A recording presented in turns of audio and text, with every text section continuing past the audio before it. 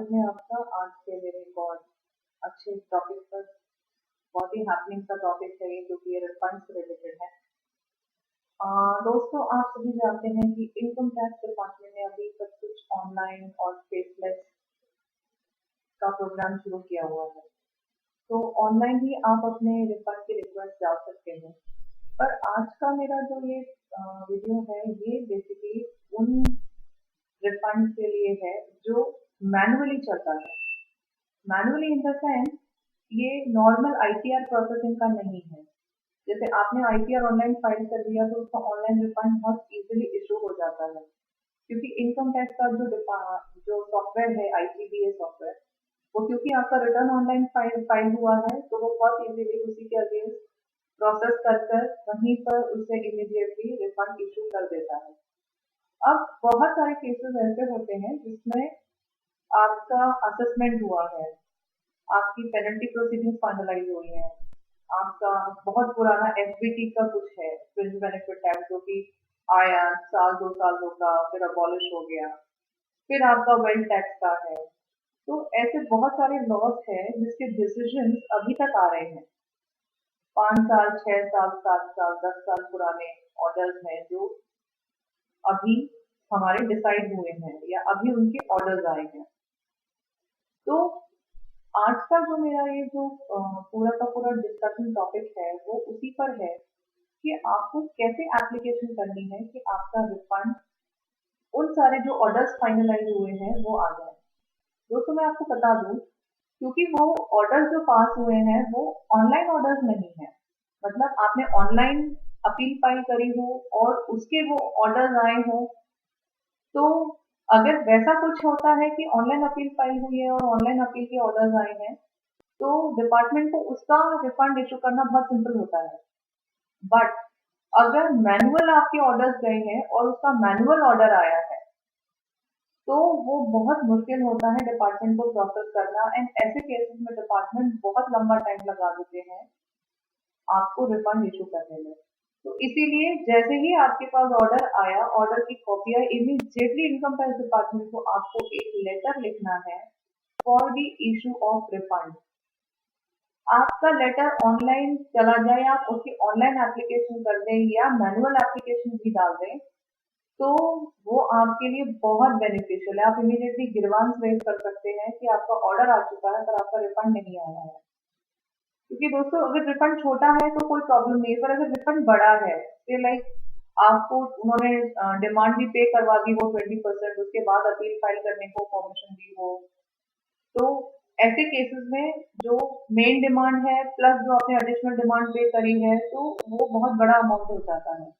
आपका रिफंड रुका हुआ है तो वो टोटल मिला के उसका इम्प्लीकेशन बड़ा आ सकता है। तो डिपार्टमेंट अगर उनका जो अभी सॉफ्टवेयर की जो शॉर्टकमिंग्स है उसकी वजह से वो अगर आपको सिस्टम से रिफंड नहीं दे रहे हैं, तो आप मैनुअल रिफंड के लिए अप्लाई कीजिए कि आप मैनुअली रिफंड दीजिए। मैं अभी आपको एक इंस्ट्रक्शन नंबर 11 है जो इनके डीजीआईटी ने पास की है, जो कि इनकम टैक्स डिपार्टमेंट का इंफॉर्मेशन टेक्नोलॉजी वाला डिपार्टमेंट है। तो उनकी इंस्ट्रक्शन के अकॉर्डिंग आप देखेंगे, मैं आपको इंस्ट्रक्शन की तरफ लेके चलती हूँ।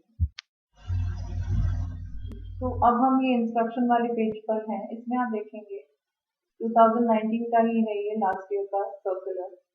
ये इंटरनल इनका सर्कुलेशन है इसका।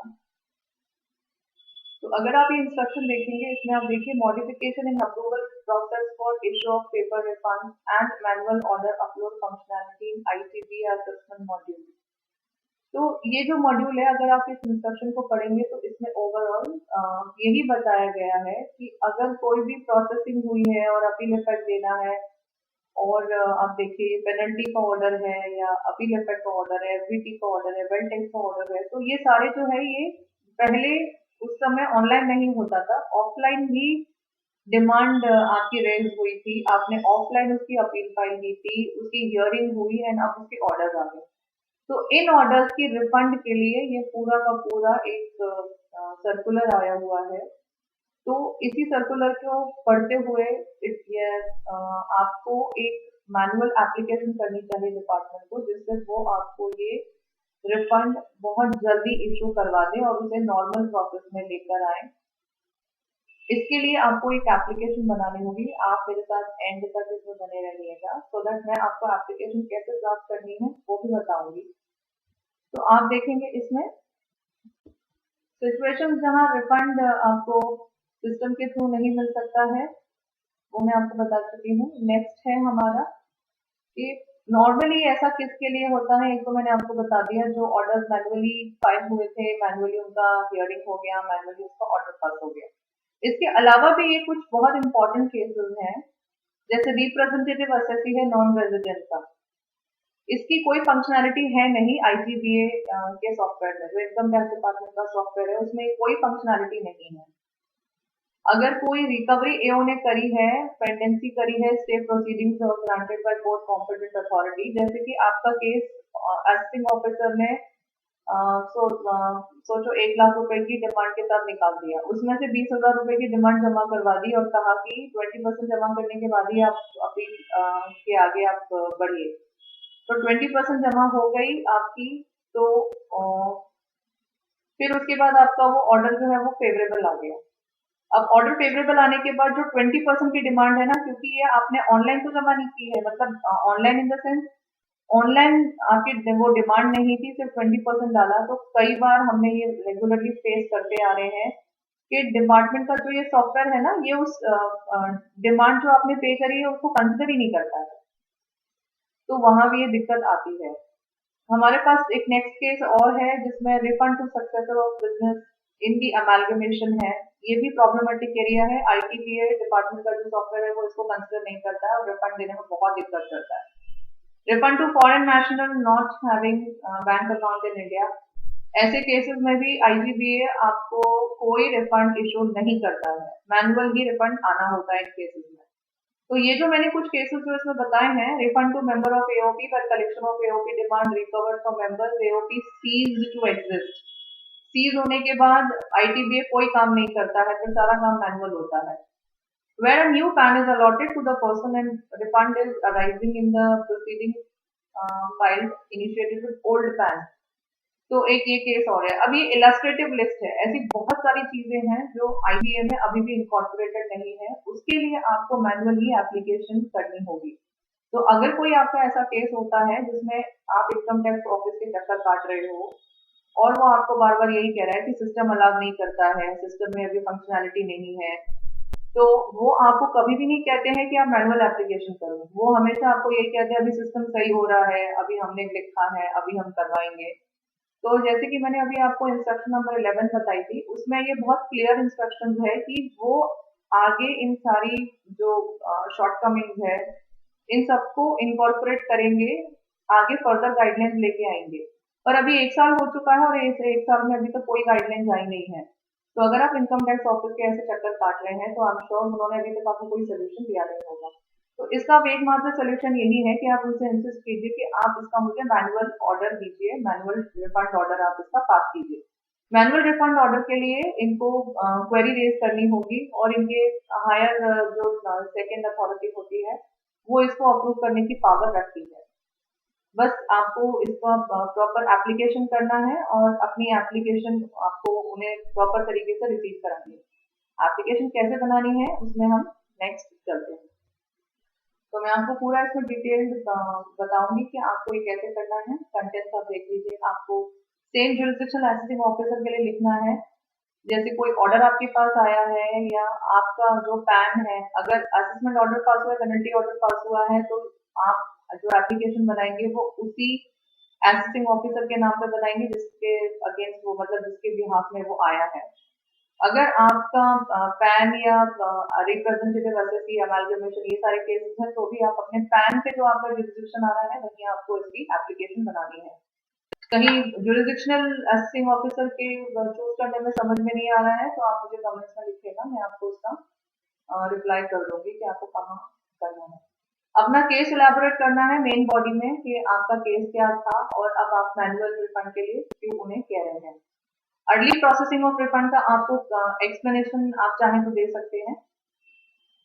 एंड फिर आप फाइनली कैलकुलेशन शीट लगाइए कि आपका जो पूरा जो अभी तक का जो चिट्ठा है जिसमें आपने आपकी डिमांड बना दी उन्होंने जो कि नहीं बननी चाहिए थी, फिर उस पर उन्होंने आपसे एडिशनल पे करवा लिया और फिर आपको उन्होंने टीडीएस का क्रेडिट नहीं दिया, और जो उन्होंने इतना डिले किया उसकी इंटरेस्ट इंटरेस्ट तो डिपार्टमेंट को देनी होगी, क्योंकि उन्होंने इतने दिनों तक हमारा एलिजिबल रिफंड रोक के रखा हुआ है।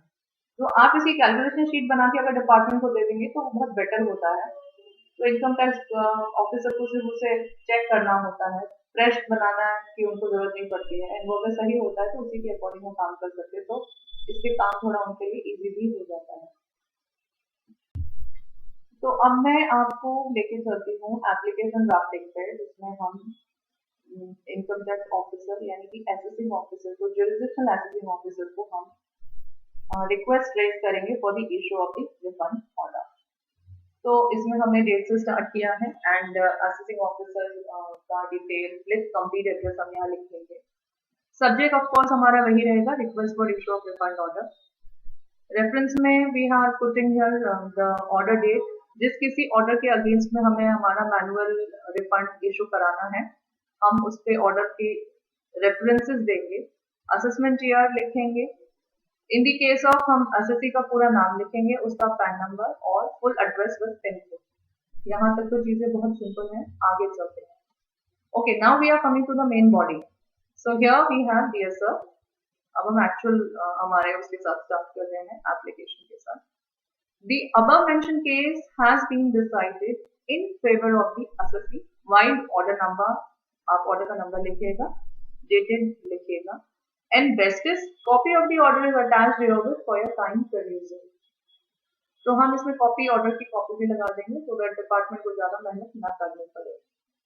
It has been more than a month that the refund order has not been processed and accordingly no refund has been granted। तो आपने ऑर्डर प्रोसेस नहीं किया है, इस वजह से हमें कोई रिफंड नहीं मिला है, ये हमने लिख दिया है। As referring to the order, all the additions have been deleted by the higher authorities and accordingly no demand exists। अब यहाँ पर हमें basic facts of the case देखना है, यहाँ पर आप इसको मार्क कर लीजिए, यहाँ पे हमें फैक्ट्स ऑफ द केस देना है। अब बात ऐसी है कि आपके फैक्ट्स मेरे फैक्ट्स के साथ अलग हो सकते हैं। हो सकता है मेरा यहाँ पे जो मैंने रेफरेंस दिया है वो रेगुलर असेसमेंट के लिए दिया है, जिसमें एडिशंस होते हैं। आपका हो सकता है पेनल्टी का केस हो, आप उसमें पेनल्टी का ब्रीफिंग दीजिएगा। ऐसा भी हो सकता है कि आपका ये केस जो है वो रेगुलर असेसमेंट नहीं हो, पेनल्टी नहीं हो, it can be FPT, it can be VAT tax, और भी दूसरी प्रोसीडिंग्स जो आपके अगेंस्ट की है, सेक्शन जो नॉन अपीयरेंस है 271 डी की पेनल्टी है, 271 सी की पेनल्टी है, ऐसे बहुत सारे पेनल्टी क्लॉजेस हैं। अगर आपको यहाँ पे एग्जैक्ट फैक्ट लिखना है, जिस ऑर्डर के अगेंस्ट, मतलब जो ऑर्डर आपके फेवर में आया है उस ऑर्डर का आपको यहाँ पे फैक्ट लिखना है। तो मैंने अपने उसका लिखा हुआ है, accordingly no demand exist, hence request you to please issue refund after giving due credits to the TDS deducted and the 20% of demand which was deposited at the time of filing of appeal along with the interest as is prescribed under the law for the period of the delay in issue of refund order। तो अब हमने बहुत ही clearly department को ये भी indicate किया है कि हम जो पैसा आपने हमारा लेट कर दिया है रिफंड इशू करने में, हमें वो रिफंड चाहिए, and that refund also we want with interest. तो आपको ये विद इंटरेस्ट हमें रिफंड देना है, क्योंकि जो प्रिस्क्राइब टाइम होता है उसको हमने एक्सीड कर दिया है, इसलिए अब हमारी इंटरेस्ट की एलिजिबिलिटी बच जाती है। तो जैसे मैंने आपको बताया, आपको कैलकुलेशन शीट बिल्कुल हैंडी इजीली प्रोवाइड करनी है डिपार्टमेंट को, so that the officer doesn't have to work so much, उन्हें तो चेक करके उसको ओके करना है एंड आपको आपका रिफंड इशू कर देना है। तो जब वो अपने हायर अथॉरिटीज को कोई लेटर लिखेंगे जिसमें वो अपने आपका, क्योंकि आपने लेटर रिसीव करवाया है, आपको ये लेटर ध्यान रखिए, खुद पर्सनली या तो कोशिश कीजिए पर्सनली जाके दीजिए आप डिपार्टमेंट को, या तो फिर आप इसे स्पीड पोस्ट से डिलीवर करवाइए ताकि वो एग्जैक्टली वहीं चला जाए डिपार्टमेंट के पास, एंड उसके आप अपने पास पीओडी रखिएगा। नहीं तो फिर आयकर सहायता केंद्र सब जगह होते हैं, वहां पर आप इसे रिसीव कराइए, वहां पे वो सिस्टम जनरेटेड आपको एक्नॉलेजमेंट नंबर देते हैं।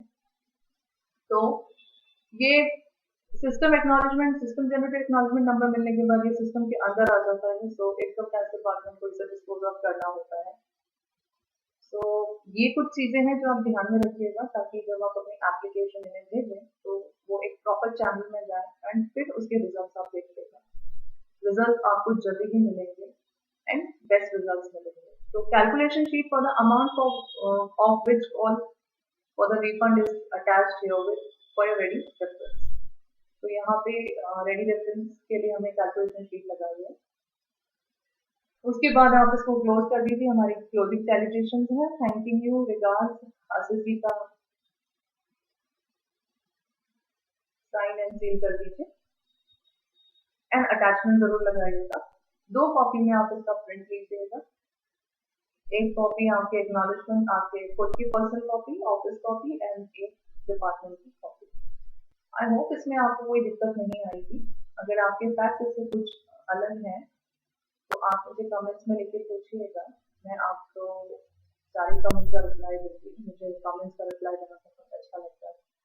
एंड इन केस अगर आपको ये फॉर्मेट चाहिए तो आप मुझे मेल पे लिखिएगा, रादर कमेंट्स में लिखिएगा। मैं आपको ये फॉर्मेट भी दे दूंगी सो दैट आपका भी काम बहुत आसान हो जाए। तो आई होप आपको ये पूरा बहुत क्लियरली अंडरस्टैंड हुआ होगा। मैंने कोशिश की थी वो बहुत यूजली समझाने की। तो आई एम श्योर ये अब आप इसको अपने बेनिफिट के लिए यूज कर पाएंगे। आप अपने फ्रेंड्स में भी इस चीज को या कोलीग में भी इस चीज को शेयर कर सकते हैं सो दैट इवन वो भी बेनिफिट ले सके। दोस्तों मेरा हमेशा एम होता है कि हम टैक्स कंप्लायंसेस करें। इनकम टैक्स अथॉरिटी से बिल्कुल ना डरें क्योंकि कंप्लायंस ही हमारा की है बचने का। उनसे कंप्लायंस कीजिए एंड सेफ रहिए। डिपार्टमेंट आपके लिए बहुत फ्रेंडली तरीके से ही अप्रोच रखता है, प्रोवाइडेड हम उनके सारी चीज़ों का प्रॉपर आंसर करें और हमारे पास सारे प्रॉपर रिकॉर्ड्स अवेलेबल रहें। तो ये बहुत बेस्ट रिकॉर्ड्स है क्योंकि अब सब कुछ ऑनलाइन हो गया है। तो मैनुअल चीज़ों के लिए अब थोड़ी कॉम्प्लिकेशंस बढ़ गई हैं। पहले ऑनलाइन चीज़ें नहीं होती थी, अब मैनुअली चीज़ें करना मुश्किल हो गया है। सो चीज़ें बदल रही हैं, बट बदलती चीज़ों के साथ साथ हमें भी अपना अप्रोच थोड़ा सा चेंज करना होगा। So I hope this was very useful. I'm sure this was useful because ये अभी need of the hour है। So in case you have any queries, you can just write to me. I will answer to it. And मिलते हैं फिर हमारे next